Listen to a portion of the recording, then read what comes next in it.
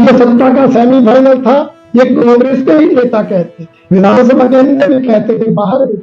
और जो team semifinal हार जाती है वो फाइनल में खेलती ही नहीं। इसलिए इस सेमीफाइनल में, इन चुनाव में कांग्रेस का जिस तरह से सुपड़ा साफ हुआ है, कांग्रेस को जिस तरह से जनता ने नकारा है, कांग्रेस पार्टी की ये सुक्खू सरकार जनादेश खो चुकी। आज प्रदेश की जनता में इस सरकार के प्रति कोई विश्वास नहीं, अपना विश्वास जनता में से सरकार खो चुकी। इसलिए नैतिकता के आधार पर लोकतंत्र में विश्वास रखते हुए और अगर खेल की भावना से देखें, सेमीफाइनल में हारी हुई टीम फाइनल खेलती नहीं। मुख्यमंत्री जी को उसी छोड़नी चाहिए, त्याग पत्र देना चाहिए और हिमाचल प्रदेश में तुरंत विधानसभा के चुनाव हो, इसका रास्ता प्रशस्त करना चाहिए। ये सत्ता का सेमीफाइनल था।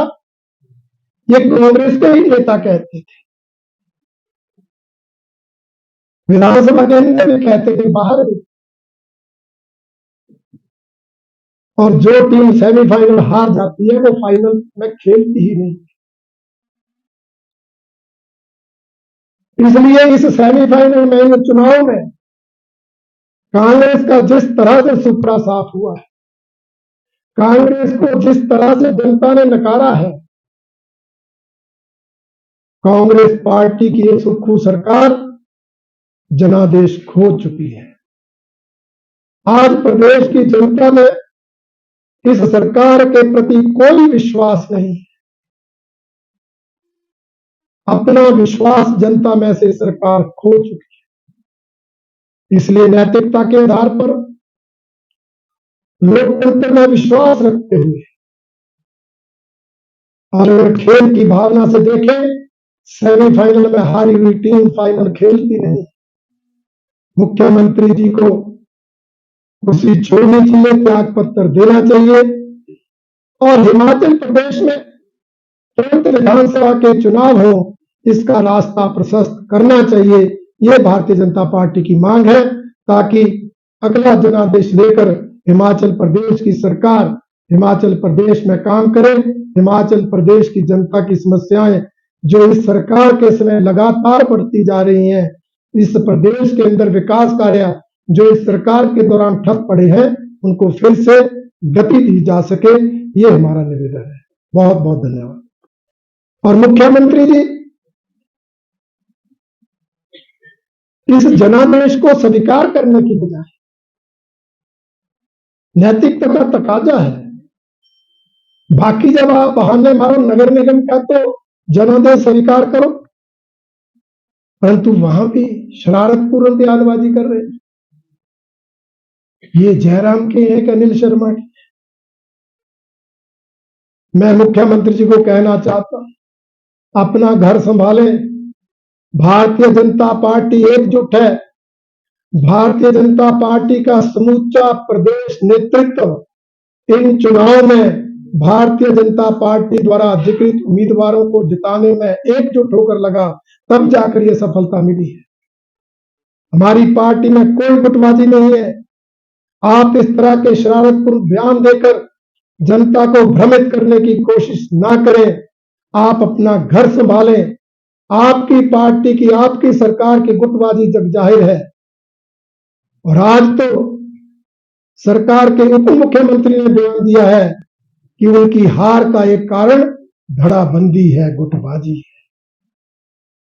सरकार के उप मुख्यमंत्री स्वीकार कर रहे हैं कि उनकी सरकार में, उनकी पार्टी में गुटबाजी है। तो अपने घर की गुटबाजी को दूर करो। भारतीय जनता पार्टी के बारे में इस तरह की भ्रामक बयानबाजी करना बंद करें, यह मेरा माननीय मुख्यमंत्री महोदय से कहना है। मैं ये भी कहना चाहता हूं, इन चुनाव में कांग्रेस की सरकार ने भारतीय जनता पार्टी के उम्मीदवारों को हराने के लिए न केवल मेहनत की, प्रयास किए, बल्कि अलोकतांत्रिक, अनैतिक ढंग भी अपनाए। कई जगह हमारे उम्मीदवारों के गलत ढंग से नॉमिनेशन रिजेक्ट हुए।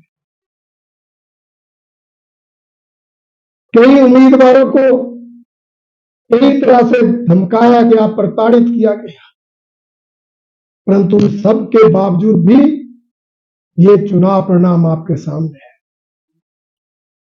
हमें आशंका है कि अभी नगर निगम होता है, नगर पंचायत, नगर परिषद, जिला परिषद, पंचायत समिति, इनके अध्यक्षों उपाध्यक्षों के चुनाव होने। इसलिए हमें आशंका है कि यह सरकार सरकारी प्रभाव का इस्तेमाल करके, दबाव का इस्तेमाल करके लोकतंत्र का गला घोटने का प्रयास करेंगे। जनता द्वारा दिए हुए जनादेश को गड़बड़ाने की कोशिश करेंगे।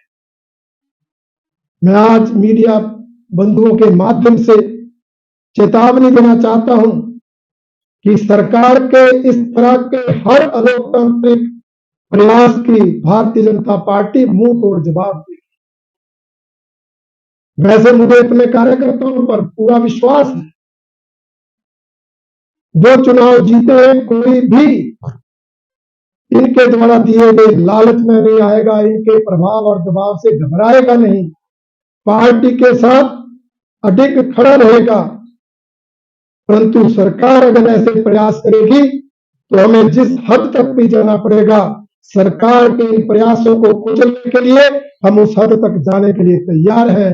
परंतु जनता ने जो जनादेश दिया है उसका सम्मान हमारे लिए सर्वोपरि है, उसके सम्मान को हम बरकरार रखेंगे।